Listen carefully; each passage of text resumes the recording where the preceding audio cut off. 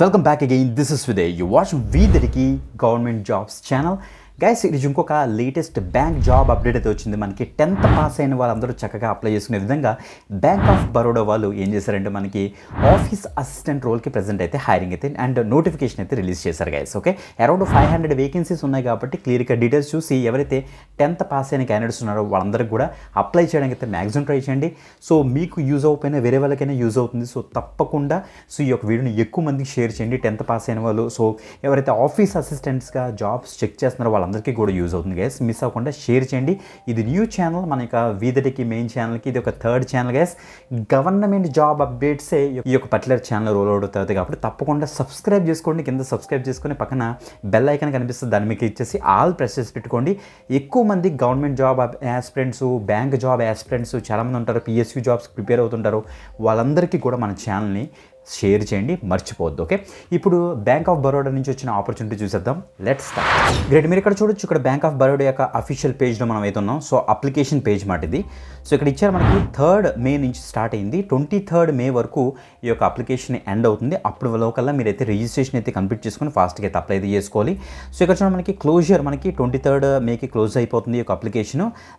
ఇక్కడ చూడండి last date of printing, ఈ యొక్క అప్లికేషన్ ప్రింట్ చేసుకోవడం కోసం 7th జూన్ వరకు మనకైతే టైం అయితే ఇచ్చారు. మీరు చెక్ చేసుకోండి guys. Online fee payment 23rd మే కల్లా మీరైతే కట్టేయాలి గైస్. ఓకే, న్యూ రిజిస్ట్రేషన్ మీకు ఇచ్చేసి వెంటనే ఈ యొక్క ఫామ్ ఫిల్ చేసి ఫాస్ట్గా అయితే అప్లై చేయండి. సో ఏమేమి డీటెయిల్స్ కావాలి, ఏమేమి డాక్యుమెంట్స్ కావాలి అన్నీ కూడా మనం అయితే డిస్కస్ చేద్దాం. ఓకే, బ్యాంక్ ఆఫ్ బరోడా యొక్క అఫీషియల్ నోటిఫికేషన్ గైస్ మీరు ఇక్కడ చూడొచ్చు. డీటెయిల్స్ అండ్ పొజిషన్ ఎలిజిబిలిటీ క్రైటీరియాలో ఫస్ట్ చూడండి. యాజ్ ఆన్ 1st మే 2025 కల్లా మీకు మినిమం 18 ఇయర్స్, మ్యాక్సిమం 26 ఇయర్స్ ఉన్న క్యాండిడేట్స్ ఎవరైతే ఉన్నారో ఎస్ఎస్సి ఆర్ మెట్రికులేషన్ అంటే మనకి 10th స్టాండర్డ్ పాస్ అయిన క్యాండిడేట్స్ ఎవరైతే ఉన్నారో వాళ్ళందరూ కూడా దీనికి అయితే అప్లై చేసుకోవచ్చు.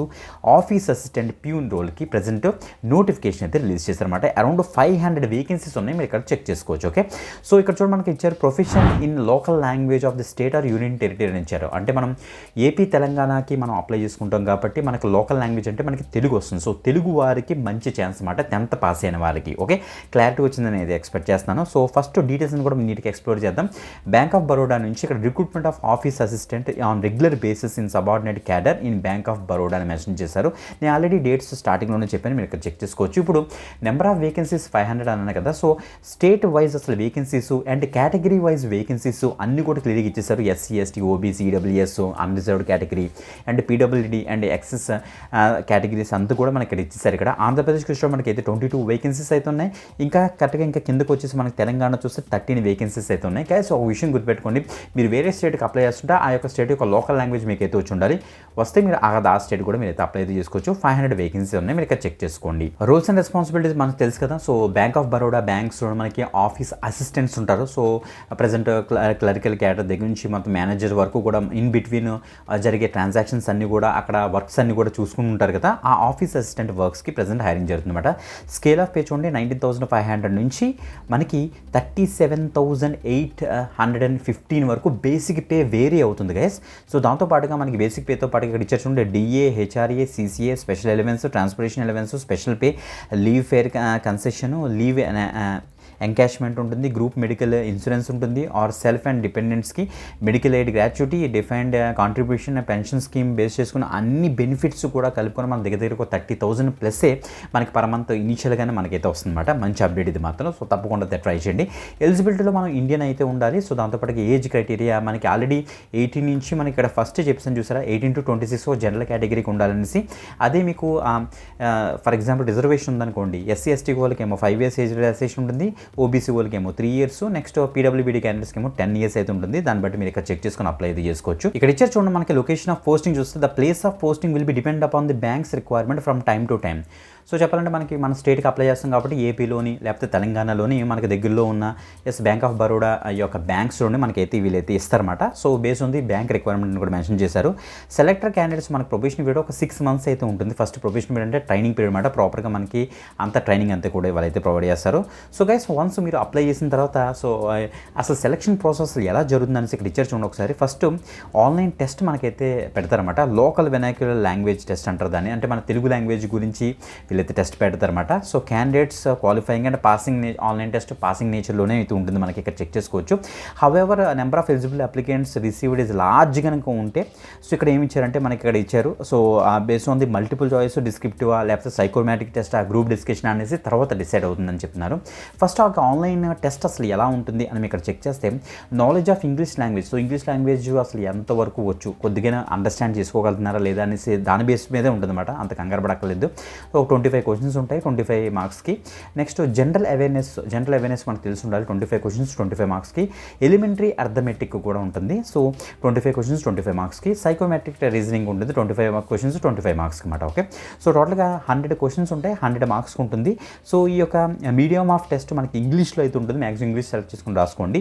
సో మొత్తానికి చూసుకుంటే 80 minutes మనకైతే డ్యూరేషన్ అయితే ఉంటుందని వీళ్ళైతే చెప్తున్నారు అనమాట. ఓకే, ఇక చూడండి each candidates will required to obtain minimum score cut off each section, ప్రతి సెక్షన్లోని సెక్షనల్ కట్ ఆఫ్ కూడా ఉంటుంది. సో బేస్డ్ ఆన్ దట్ మీరైతే ఇక్కడ రాయాల్సి వస్తుంది అనేసి వీళ్ళైతే చెప్తున్నారు అనమాట. ఓకే, మంచి అప్డేట్ గైస్ ఇది మాత్రం. సో ఇక్కడ చూడండి మనకి లిస్ట్ ఆఫ్ వెర్షన్స్ ఆఫ్ టెస్టులు చూస్తే ఆంధ్రప్రదేశ్కి వచ్చేటప్పుడు మనకి ఇంగ్లీష్లోని, హిందీలోని, తెలుగులో కూడా ఉంటుంది గైస్, అది మాత్రం చెక్ చేసుకోండి.